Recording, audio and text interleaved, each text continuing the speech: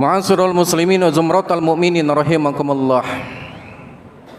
Suatu ketika Rasulullah sallallahu alaihi wasallam bercerita kepada para sahabat bahwa suatu hari nanti seluruh manusia akan dikumpulkan di padang mahsyar. Hadirin rahimakumullah. Bayangkan, seluruh manusia dari zaman Nabi Adam sampai generasi terakhir yang mengalami hari kiamat akan berkumpul menjadi satu. Sudah barang tentu jumlahnya sangat banyak. Tidak hanya jutaan, tidak hanya miliaran, tetapi triliunan manusia akan berkumpul menjadi satu di padang mahsyar nanti. Rasulullah memberitahukan bahwa mereka semua nanti dalam kondisi cemas. Mereka semua resah. Mereka semua gelisah karena khawatir menghadapi pengadilan dari Allah Subhanahu wa taala. Namun karena situasi dan kondisinya yang sangat tidak nyaman, maka seluruh manusia saat itu tidak sabar ingin segera diadili oleh Allah Subhanahu wa taala. Kemudian di sela-sela kecemasan, di sela-sela keresahan manusia, ada sekelompok manusia yang datang menghampiri Nabi Adam alaihi salam. Kepada Nabi Adam, sekelompok orang ini berkata, "Ya Nabi Allah Adam alaihi salam, sesungguhnya engkau adalah bapak seluruh manusia. Berjumpalah dengan Allah Subhanahu wa taala, kemudian berdoa agar pengadilan Allah segera dibuka." Kemudian jawaban Nabi Adam alaihi salam, "Sesungguhnya aku sangat malu berjumpa dengan Allah Subhanahu wa taala karena aku pernah memasukkan barang yang haram ke dalam perutku." Hadirin rahimakumullah. Nabi Adam alaihi salam dan istrinya Hawa, Allah perintahkan untuk tinggal di surga. Mereka boleh melakukan apapun yang mereka mau. Mereka boleh makan, mereka boleh minum apapun yang mereka inginkan. Tetapi yang Allah larang adalah wala taqraba hadhihi sajarah. Jangan engkau dekati pohon ini. Tetapi kemudian bisikan dari setan, "Wahai Nabi Adam, Allah melarangmu untuk mendekati pohon itu. Sesungguhnya pohon itu adalah pohon khuldi, pohon keabadian. Jika engkau mendekatinya, sesungguhnya engkau akan abadi hidup di dalam surga, dan Allah tidak ingin engkau abadi di dalam surga." Namun Nabi Adam alaihissalam tidak tergoda. Lantas kemudian iblis laknatullah alaihi mendatangi istri Nabi Adam, yakni Siti Hawa. Siti Hawa tergoda. Kemudian didekati itu pohon. Nabi Adam pun ikut. Begitu didekati itu pohon, tercium wangi yang luar biasa yang menggugah selera, sehingga buah yang ada di pohon itu dimakan oleh mereka berdua yang kita sebut sebagai buah khuldi. Begitu selesai memakan buahnya, saat itu juga Nabi Adam beserta istrinya terusir dari surganya Allah Subhanahu wa taala. Sekali seumur hidupnya Nabi Adam alaihi salam memasukkan barang yang haram ke dalam perutnya, sudah mampu membuat ia malu berjumpa dengan Allah Subhanahu wa taala. Hadirin rahimakumullah, bagaimana dengan kita? Bagaimana dengan kita yang kadang-kadang mohon maaf ketika kita memasukkan sesuatu ke perut kita, kita tidak memikirkan ini halal apa haram. Kita tidak memikirkan bagaimana caranya untuk memperoleh ini barang.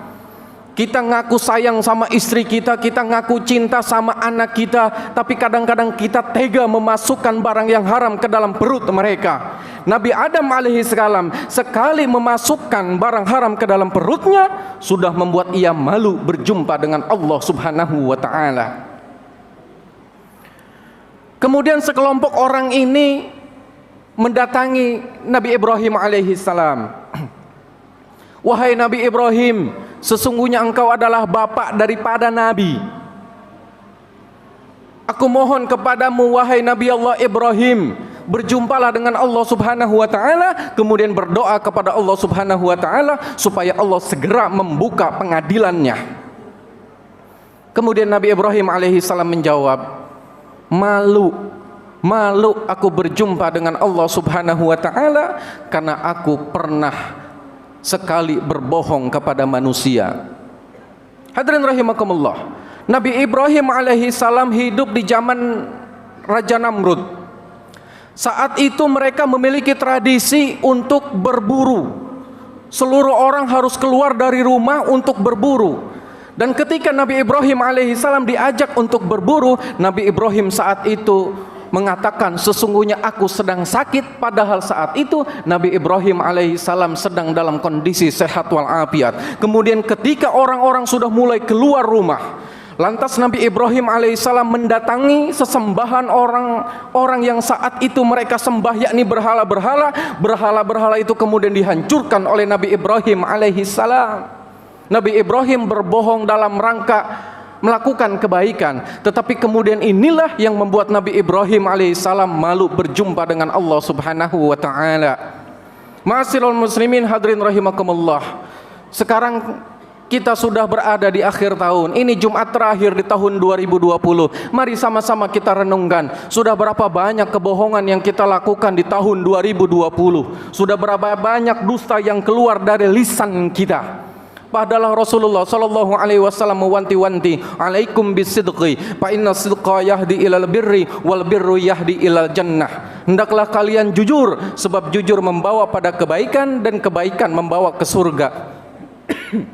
Wa iyyakum wal kadziba, fa innal kadziba yahdi ilal fujur wal fujuru yahdi ilan nar. Dan janganlah kalian suka berdusta, sebab dusta membawa pada kejahatan dan kejahatan membawa ke neraka. Ma'asyiral muslimin rahimakumullah. Kemudian sekelompok orang ini datang menghampiri Nabi Nuh alaihi salam. Kepada Nabi Nuh orang-orang ini berkata, "Wahai Nabiullah Nuh, sesungguhnya engkau adalah nabi yang paling sabar. Berjumpalah dengan Allah subhanahu wa ta'ala, kemudian berdoalah supaya Allah segera membuka pengadilannya." Apa yang dikatakan oleh Nabi Nuh alaihissalam? "Sesungguhnya aku malu berjumpa dengan Allah subhanahu wa ta'ala karena aku memiliki anak yang durhaka, yang tidak beriman kepada Allah subhanahu wa ta'ala." Hadirin rahimakumullah, Nabi Nuh malu berjumpa dengan Allah karena Nabi Nuh memiliki satu anak yang durhaka kepada Allah subhanahu wa ta'ala, yang tidak beriman kepada Allah subhanahu wa ta'ala, yakni Kan'an. Pertanyaannya adalah, bagaimana dengan anak kita? Berapa banyak anak kita di rumah? Jangan-jangan kita sholat tapi anak kita tidak mau sholat. Jangan-jangan kita suka ngaji tapi anak kita tidak pernah melangkahkan dirinya datang hadir ke majelis taklim. Jangan-jangan kita menahan lapar, kita menahan haus berpuasa, sementara anak-anak kita tidak kita ajak untuk berpuasa. Ya ayyuhalladzina amanu qu anfusakum wa ahlikum naro. Yang Allah perintahkan untuk kita orang-orang yang beriman adalah kita menjaga diri kita dan kita menjaga keluarga kita dari api neraka. Jangan pernah tenang hadirin rahimakumullah. Kita harus cemas, kita harus gelisah apabila anak kita tidak menunaikan sholat. Kita harus marah apabila anak kita tidak puasa. Kita harus marah kalau anak kita sampai detik ini belum juga bisa membaca Al-Quran. Suruh anak kita datang ke majelis ta'lim, belajar Al-Quran, belajar sholat, belajar beribadah kepada Allah subhanahu wa ta'ala, supaya anak kita bisa menjadi anak yang soleh, yang beriman kepada Allah subhanahu wa ta'ala. Kemudian hadirin rahimakumullah, sekelompok orang ini datang menghampiri Nabi Muhammad sallallahu alaihi wasallam dan lagi-lagi meminta sama dengan nabi-nabi sebelumnya. Kemudian begitu dipinta, Nabi Muhammad sallallahu alaihi wasallam bersujud dan berdoa kepada Allah, "Ya Allah, sesungguhnya kami sadar bahwa kami semua banyak maksiat, kami semua banyak berdosa kepadamu, tetapi kami pun menyadari bahwa Maha Rahman dan Maha Rahimmu jauh lebih besar daripada dosa-dosa yang kami perbuat.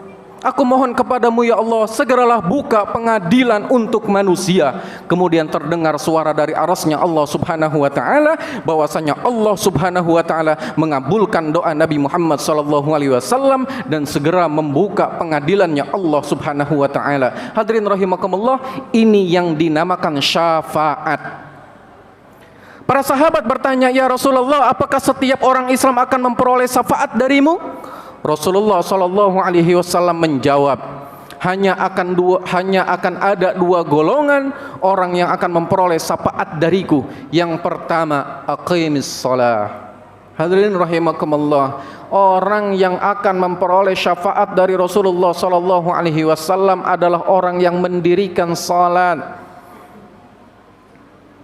Tidak semua nabi bisa memberikan syafaat. Nabi-nabi yang berdoa akan ditolak oleh Allah Subhanahu wa taala, bahkan para malaikat sekalipun apabila berdoa di padang mahsyar nanti akan ditolak, kecuali nabi kita Nabi Muhammad sallallahu alaihi wasallam. Dan syafaat Rasulullah sallallahu alaihi wasallam akan diberikan kepada mereka yang senantiasa mendirikan salat. Salat 5 waktu, hadirin rahimakumullah, tidak hanya sebatas salat Jumat. Al-ahdul ladzi bainana wa bainahum as-shalah faman tarakaha faqad kafara. Janji yang terikat erat antara orang-orang Islam dan orang-orang kafir adalah salat. Faman tarakaha faqad kafara, maka barang siapa yang meninggalkan salat dengan sengaja, maka sungguh-sungguh dia telah ingkar kepada Allah Subhanahu wa taala. Kemudian yang kedua, orang yang akan memperoleh syafaat dari Rasulullah sallallahu alaihi wasallam adalah orang yang senantiasa menyebut namaku. Orang yang senantiasa menyebut namaku, apa implikasinya? Apa realisasinya? yakni orang yang senantiasa bersolawat kepada Nabi Muhammad sallallahu alaihi wasallam. Salawat, hadirin rahimakumullah, bukti kecintaan kita kepada Rasulullah sallallahu alaihi wasallam, perbanyak salawat. Saking banyaknya kebaikan melalui salawat ini, seorang ulama mengatakan, al-jannatu wa na'imuha sa'adu liman yusalli wa yusallim wa yubariku alaih. Surga dan nikmat-nikmat surga akan Allah berikan kepada mereka yang mau bersolawat kepada Nabi Muhammad sallallahu alaihi wasallam. Dan yang unik adalah ketika Allah perintahkan kita untuk solat, Allah tidak memberikan pernyataan bahwa sesungguhnya Allah pun solat. Ketika Allah memerintahkan kita untuk berpuasa, tidak ada keterangan bahwasanya Allah pun berpuasa. Ketika Allah perintahkan kita berzakat, Allah perintahkan kita berhaji, dan perintah-perintah lainnya tidak diawali dengan pernyataan bahwa sesungguhnya Allah pun menyatakan melakukan hal yang sama sesuai dengan apa yang Ia perintahkan. Tetapi ketika Allah Subhanahu wa taala memerintahkan orang-orang yang beriman untuk salawat, terlebih awal Allah memberikan pernyataan sesungguhnya Allah pun bersalawat kepada Nabi Muhammad sallallahu alaihi wasallam. Innallaha wa malaikatahu yusholluna 'alan nabi. Sesungguhnya Allah dan para malaikat yang bersalawat kepada Nabi. Ya ayyuhalladzina amanu shallu 'alaihi wa sallimu taslima. Kemudian kita orang-orang yang beriman diperintahkan untuk bersolawat kepada Nabi Muhammad sallallahu alaihi wasallam. Ma'asyiral muslimin wa zumratal mu'minin rahimakumullah. Itulah tadi dua perkara. Kalau kita melakukan dua perkara ini secara kontinu, secara istiqamah, kita senantiasa menjadi orang yang mendirikan solat, kita senantiasa orang yang bersolat kepada Nabi Muhammad sallallahu alaihi wasallam, insyaallah di yaumil qiyamah nanti, di padang mahsyar nanti, kita akan mendapatkan syafaat dari Nabi Muhammad sallallahu alaihi wasallam. Mudah-mudahan Allah Subhanahu wa taala memberikan kekuatan kepada kita sehingga kita termasuk golongan orang-orang yang senantiasa mendirikan salat dan gemar bersolawat kepada Nabi Muhammad sallallahu alaihi wasallam. Barakallahu li wa lakum bil Qur'anil azim wa nafa'ani wa iyyakum bima fihi minal ayati wadh-dhikril hakim wa taqabbala minni wa minkum tilawatahu innahu huwas samiul alim fastaghfiru innahu huwal ghafurur rahim.